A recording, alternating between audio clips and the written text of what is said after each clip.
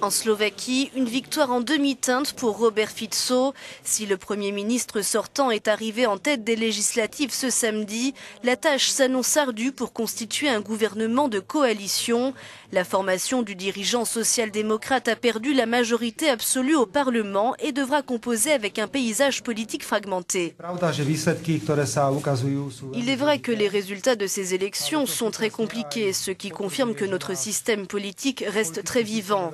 Nous devrons probablement travailler avec un nombre élevé de partis politiques qui feront leur entrée au Parlement de la République slovaque.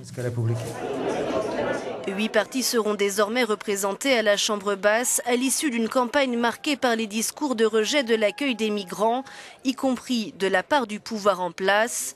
Les libéraux, arrivés en deuxième position, refusent toute alliance avec le parti d'extrême droite Notre Slovaquie, qui fera pour la première fois son entrée au Parlement. En 2006, Robert Fico n'avait pourtant pas hésité à faire d'une formation nationaliste son partenaire de coalition avant de lui tourner le dos 4 ans plus tard. Le chef du gouvernement s'était alors retrouvé dans l'opposition.